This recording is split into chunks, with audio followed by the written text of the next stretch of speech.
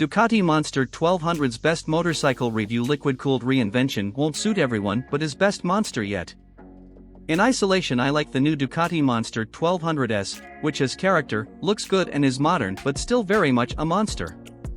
The new liquid-cooled engine is much better than the old bikes. There's loads of mid-range and low-down grunt, and it sounds fantastic for a standard bike.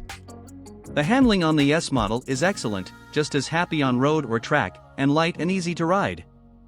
Yes, there are a few niggles. A lack of room for feet if you ride on your toes could become annoying, and some would argue there's too much cooling and piping on show.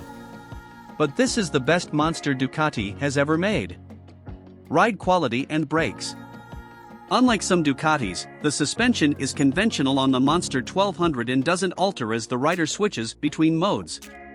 There are different specifications, with the Monster S getting Öhlins while the standard model doesn't.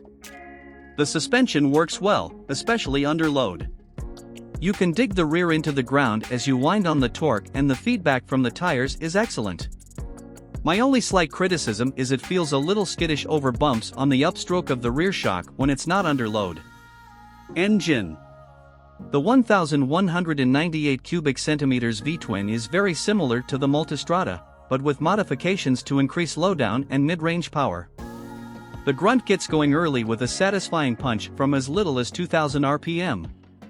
Lean back in the front will go skywards with a whiff of the throttle in the first two gears, and thankfully the traction control knows the difference between a wheelie and will spin. The fuel modes are easy to scroll through, and you do use them, and they aren't just a gimmick, and they can be personalized to your own settings. Reliability and build quality.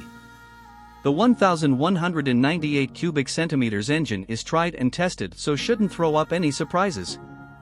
Value versus rivals. The Ducati Monster 1200S occupies a niche in the market these days, somewhere between a super naked and a retro. There are some other options to consider though, including the Neo Cafe Honda CB1000R, £11,299 for the last model, but there's a new version for 2021, classy and comfortable BMW R1250 RSA, £14,140, and retro flat tracker style Indian FTR 1200 SR, £14,099. The Monster 1200S is the most expensive of the pack, but with a lean suspension and cornering electronics it is also the highest spec. Ducati Monster S1200 vs BMW R1250 RSA. We took the Ducati around the UK's toughest test route, the MCN 250, to find out how it compared to competition from the BMW R1250 RSA. Where the original Monster benefited from a sports bike chassis to bring an unexpected level of handling to the naked market, this latest generation has reaped the rewards of modern electronic assists to take it to another level. Aside from a horrible quickshifter, the Monster's electronics are faultless, and the performance of the V-twin combines with assorted chassis boasting top-rate components. Next to the Monster, the R1250R does lose a bit of its shine, but is far from a bad bike. The traction control struggled with wet and slimy autumnal UK roads, but as a do-it-all roadster it is a tremendous ride with a spec list of creature comforts that, at a cost admittedly, is incredibly impressive. The only fly in the R's ointment is the fact the Monster is simply more fun to ride.